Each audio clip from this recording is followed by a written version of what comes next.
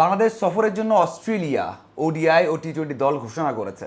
দল দেখার পর আমার একটা কথাই মনে পড়েছে, বিসিবিকে অনুরোধ করতে ইচ্ছা করেছে, সেটা হচ্ছে যে ভাই এবার ভালো উইকেট দেন, এবার ওডিআই টি-20-র জন্য এমন উইকেট দেন যেখানে রান হবে, যেখানে বাংলাদেশের ক্রিকেটাররা রান করতে পারবে, আত্মবিশ্বাস বাড়বে, টি-20 বিশ্বকাপের জন্য তৈরি হতে পারবে, ওডিআই বিশ্বকাপের জন্য তৈরি হতে পারবে।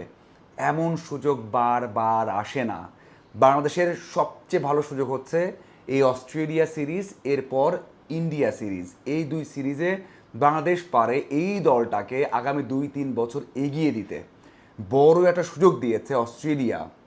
ক্রিকেট অস্ট্রেলিয়াকে ধন্যবাদ দেওয়া উচিত যে এত ভালো একটা দল তারা পাঠাচ্ছে। হ্যাঁ, আমরা যে দলটা দেখছি সেখানে ব্যাটিং লাইনআপে যারা খেলবে অস্ট্রেলিয়ার, তারাই ওডিআই বিশ্বকাপ খেলবে, তারাই টি-20 বিশ্বকাপ খেলবে। শুধুমাত্র আমরা বলতে পারি যারা অনেক ব্যস্ত রয়েছেন, বড় বড় তারকা, তিনজন বোলার, স্টার্ক, হ্যাজেলউড, কামিংস নেই, স্মিথ সবশেষ টি-20 বিশ্বকাপের স্ট্যান্ড বাই তালিকায় ছিলেন, তিনি নেই দলে। এছাড়া দুজন, স্টয়নিস এবং ম্যাক্সওয়েল, তারা দুজনও আসছেন না।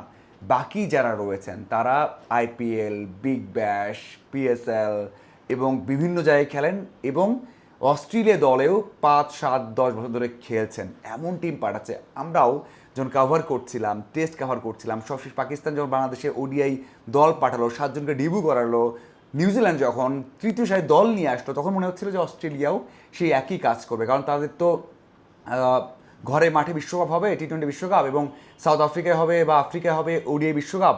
এই এশিয়ার কন্ডিশনে খেলে তারা কী প্রস্তুত হবে, এই জন্য হয়তো বা তৃতীয় চতুর্থ সারির দল পাঠাবে। কিন্তু যে দল পাঠিয়েছে অবাক করেছে। এই অবাক করা দলেই বাংলাদেশকে কাজে লাগাতে হবে।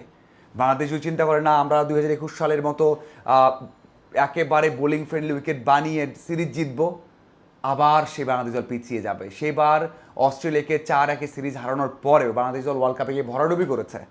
ভাই দরকার নেই, সেই এক্সপিরিয়েন্সগুলো কাজে লাগিয়ে আপাতত যে দলটা তৈরি হচ্ছে সেই দলটাকে আমরা 2 বছর এগিয়ে নিতে পারি এই সিরিজে একটা ব্যাটিং ফ্রেন্ডলি উইকেট করে, অথবা স্পোর্টিং উইকেট যেখানে ব্যাটাররা সুবিধা পাবে। ওডিআইতে 280 থেকে 300 হবে, টি-20-তে 200 থেকে 220 হবে, এমন একটা উইকেট দরকার। হেমিং অস্ট্রেলিয়াতেই বড় হয়েছেন, অস্ট্রেলিয়ান, তাকে বলে সে উইকেট তৈরি করা হোক, তারা সুবিধা পেলে পাক একটু।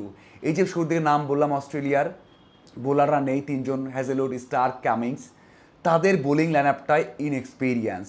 সেখানে তানভীর সাঙ্গা রয়েছে জ্যাম্পা, বোলিং লাইন আপে 2জন স্পিনার দারুণ।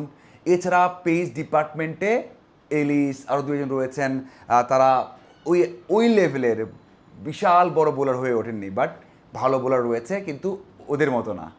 সেই দিক থেকে বাংলাদেশ একেবারে ব্যাটিং একটা ফ্রেন্ডলি তার চাক দেয়া হোক, তাহলে বাংলাদেশের যেই ভিড়টা মজবুত হবে, যে আত্মবিশ্বাসটা আসবে সেটা কোথাও আসবে না, কখনোই আসবে না। আপনি অস্ট্রেলিয়া এগেনস্টে 300 রান করছেন, আপনি অস্ট্রেলিয়া এগেনস্টে 280 করছেন, অস্ট্রেলিয়া এগেনস্টে টি-20-তে 220 করছেন, 200 করছেন, এই সাহস আপনি 2-3 বছর কোথাও পাবেন না। এইখানে বাংলাদেশ দল কাজে লাগাক, এরপর যখন ভারত আসবে তাদের বিপক্ষে আবারও সেম কাজ করুক, তাহলে আমার মনে হয় বাংলাদেশ দলকে এই 1 বছরে আমরা 2 বছর 3 বছর এগিয়ে নিতে পারবো। এছাড়া কোনো অপশন নেই। আমরা অনেক দেখেছি, অনেক কভার করেছি, অনেক সাফল্য পেয়েছি, বিশ্বকাপ, চ্যাম্পিয়ন্স ট্রফি, এশিয়া কাপে ভরাডুবি হয়েছে এই একটা কারণে যে আমরা স্পিন ট্রিপিক্যাল উইকেট দিব, আমরা ঘরের মাঠে নিউজিল্যান্ডকে হোয়াইট ওয়াশ করবো, ঘরের মাঠে অস্ট্রেলিয়াকে 4-1 হারাবো, ভারতকে 2-1 হারাবো, হারিয়ে আমরা উদযাপন করব ওয়ার্ল্ড কাপে। সেই লজ্জা নিয়ে ফিরতে হবে, সারা ওয়ার্ল্ড তখন বাংলাদেশকে দেখে ওই যে ছোটো দল বলবে। আমার মনে হয় সেই দিন নেই, এবারে সেই কাজেটা লাগাক। আমরা যে দল দেখি সেই দলেও কিন্তু আমরা অস্ট্রেলিয়া যে দল দিয়েছে আপনারা স্ক্রিনে দেখতে পারবেন অবশ্যই, সেটাও কিন্তু দারুণ দল, যেখানে মার্শ রয়েছেন, বার্লেট রয়েছেন, ক্যারি রয়েছেন, কলোনি রয়েছেন, বেন ডয়ারশুইজ রয়েছেন, এলিস রয়েছেন, Green, Head, Inglis, Kuhnemann, Labuschagne, Renshaw, Tanveer Sangha, Liam Scott এবং অ্যাডাম জ্যাম্পা। এটা হচ্ছে ওডিআই টিম। টি-20 টিমে যারা রয়েছেন খুব একটা চেঞ্জ নেই। মার্শ, বার্লেট, কলোনি রয়েছেন, কুপার, কর্নি রয়েছেন, ডেভিড রয়েছেন, Jewel Davis, Ellis, Green, Hardie, Head, Inglis, Johnson, Kuhnemann, Riley, Meredith, Philips, Renshaw, Zampa. এটা হচ্ছে টি-20 দল। কিছু নাম অপরিচিত, একটু কঠিনও।